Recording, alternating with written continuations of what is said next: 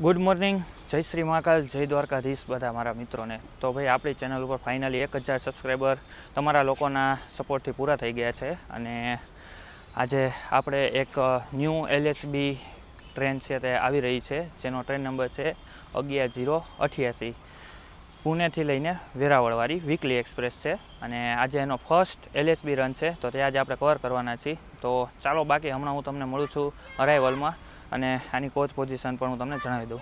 તો ભાઈ અત્યારે આપણે ઊભા છીએ રાજકોટ રેલવે સ્ટેશન, અને તમે મારી પાસે જોઈ શકો છો કે આ એક ટકીટ કરીને એક ડિજિટલ લોકરની સુવિધા છે તે નવી ચાલુ કરવામાં આવી છે. અને તમે અહીંયા જોઈ શકો છો કે આ ટિકિટનો જે પ્રાઇસ છે, તમારે જેટલી કલાક રાખવો હોય, બેગ હોય કે તમારો કોઈ કિંમતી સામાન હોય અને તમારે આવી રીતના આ સ્કેનર છે, આ સ્કેનરમાં તમે સ્કેન કરશો એટલે તમને એક વેબસાઇટ ખુલશે, અને એ વેબસાઇટમાંથી તમારે પછી એમાં આગળ પે કરવાનું ને એ બધી સિસ્ટમ અંદર ખુલશે.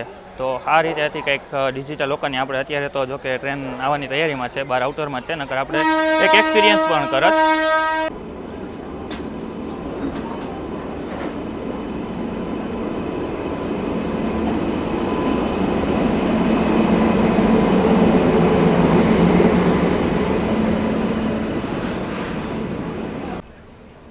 તો ભાઈ 13 મિનિટના ડિલે સાથે આપણી ટ્રેન નીકળી ગઈ છે રાજકોટ જંકશન રેલવે સ્ટેશનથી.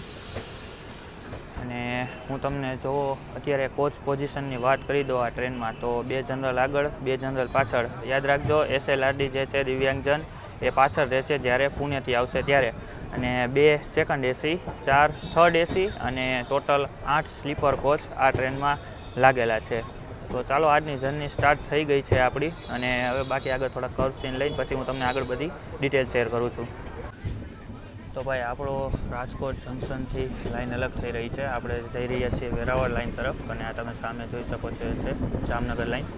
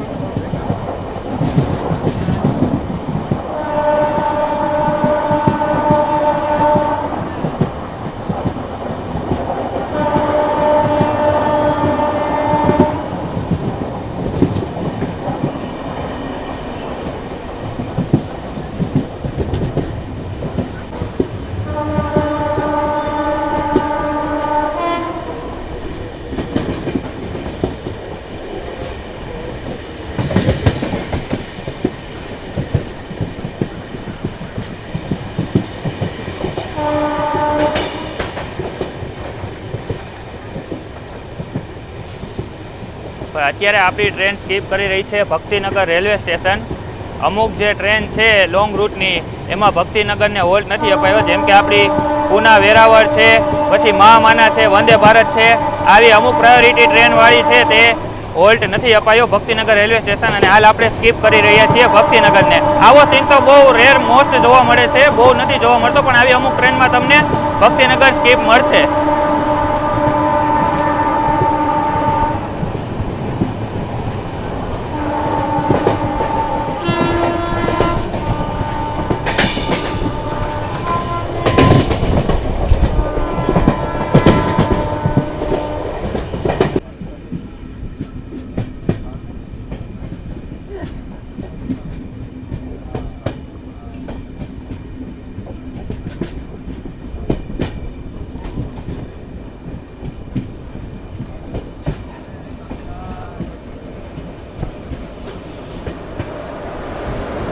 આ ટ્રેન જે સામે તમે જોઈ રહ્યા છો તે છે પોરબંદર રાજકોટ એક્સપ્રેસ,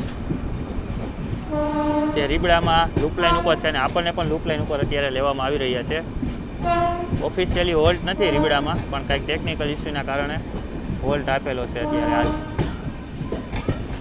તો મિત્રો, આપણી ટ્રેન આવી ગઈ છે અત્યારે ગોંડલ રેલવે સ્ટેશન. અને તમે અહીંયા જોઈ રહ્યા છો પ્લેટફોર્મ નંબર 3નું કામ ચાલી રહ્યું છે, અને એના માટે ફૂટ ઓવર બ્રિજ પણ નવો અત્યારે હાલ બની રહ્યો છે, જોઈ શકો છો તમે અત્યારે.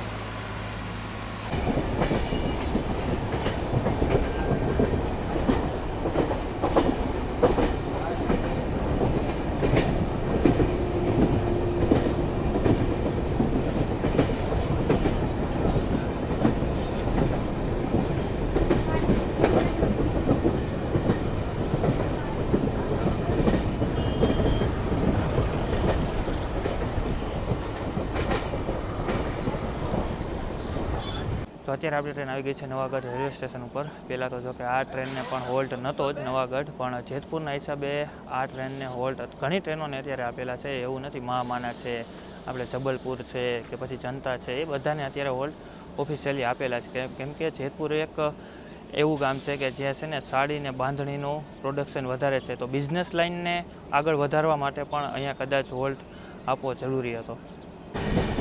તો ભાઈ અત્યારે મને એવું લાગે છે અહીંયા કે ડબલ ટ્રેકના જે કામ માટે છે ને આ જગ્યા જે છે એ અત્યારે ખુલ્લી સાઈડમાં કરાઈ રહી છે, કેમ કે આ લાઇનમાં પણ ડબલિંગની પૂરેપૂરી જરૂર છે.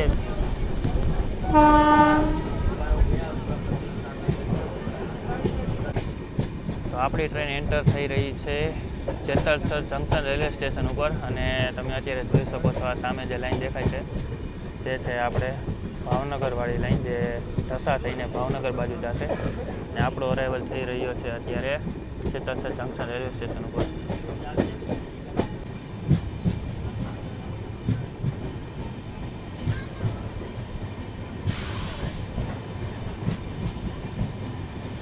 ભાઈ અત્યારે અહીંયા પણ જેતલસર ઓફિશિયલી હોલ્ટ નથી, પણ કંઈક ટેકનિકલ ઇસ્યુના કારણે હાલ અહીંયા સિગ્નલ નથી આગળ, ને આપણી ટ્રેન જે છે તે મેઇન લાઇન ઉપર છે. અને હાલ તમે આગળ કદાચ જોઈ શકતા હશો કે રેડ સિગ્નલ છે, લગભગ નહીં દેખાય તમને, પણ આ છે તમે જુઓ જેતલસર રેલવે સ્ટેશન, જે તમને મીટર ગેજના રેલવે સ્ટેશનની યાદ છે તે અપાવશે. જુઓ તમને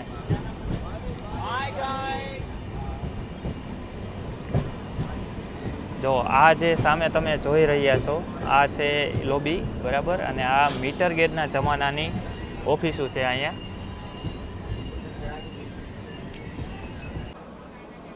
તો ભાઈ અત્યારે આપણે જેતલસર રેલવે સ્ટેશન ઉપર, એટલે ટ્રેનને મેઇન લાઇન ઉપર રોકી દેવામાં આવી છે, કેમ કે સામેથી આવી ગઈ છે પ્લેટફોર્મ નંબર 1 ઉપર સૌરાષ્ટ્ર જનતા એક્સપ્રેસ. બાકી ભાઈ આ ટ્રેનનો ઓફિશિયલી હોલ્ટ નહોતો અહીંયા, પણ જો ડાયરેક્ટ મેઇન લાઇનમાંથી થ્રુ જો ટ્રેનને પાસ કરાવ્યો ને તો એને સીન જોવાની જે મજા હતી ને ભાઈ એકદમ અલગ લેવલની છે. કેમ કે અહીંયા આવા જે મેઇન સ્ટેશન ઉપર આવી ટ્રેનને જે હોલ્ટ નથી આપવામાં આવ્યો, પણ એને આવી રીતના હોલ્ટ અપાવે છે અત્યારે અહીંયા.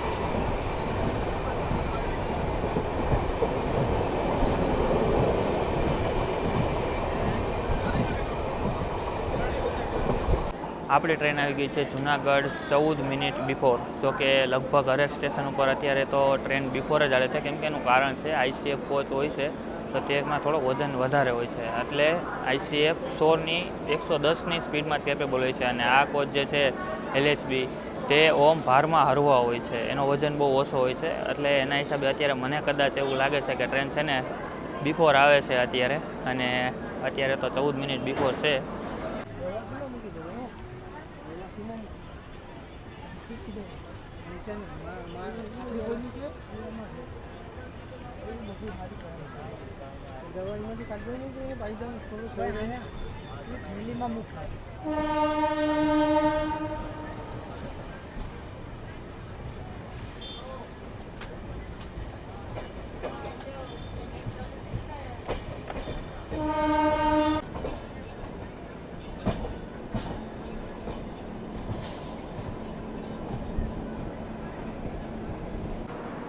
તો ભાઈ આ છે સેકન્ડ એસીના કોચ, અને હવે આ છે આગળના થર્ડ એસીના કોચ. જોકે જે રીતે મેં ધાર્યું હતું, જે વિચાર કરેલો હતો કે મને એવું લાગતું હતું કે સેન્ટ્રલ રેલવેઝની આ ટ્રેન છે, તો કદાચ મને એવું લાગ્યું કે છે ને સાવ એકદમ નવા બ્રાન્ડ ન્યૂ કોચ આપવામાં આવે. 2025નો રેક છે, પણ જૂના કોચ છે, એમ તો વાંધો નથી. જનરલ તો થોડો ઘણો ઠીકઠાક છે, બાકી અંદર આપણે એસીમાં એમાં જવાની ટ્રાય કરી પણ ત્યાં તાળું મારેલું હતું, એટલે અંદરનું કંઈ ઇન્ટિરિયર આ વખતે જોવા નહીં મળે તમને. તો બાકી ચાલો નેક્સ્ટ જર્નીમાં આપણે મળીશું બહુ જલ્દી. આવતી જર્ની જે આવવાની છે તે એકદમ થોડીક પ્રાયોરિટીવાળી ટ્રેન છે, તો જોડાયા રહેજો આપણી સાથે, ચેનલને સબસ્ક્રાઈબ કરી લેજો. અને બાકી ચાલો મળીએ નેક્સ્ટ વિડીયોમાં, નેક્સ્ટ વ્લોગમાં. તો ચાલો બધાને જય શ્રી મહાકાલ, જય દ્વારકાધીશ.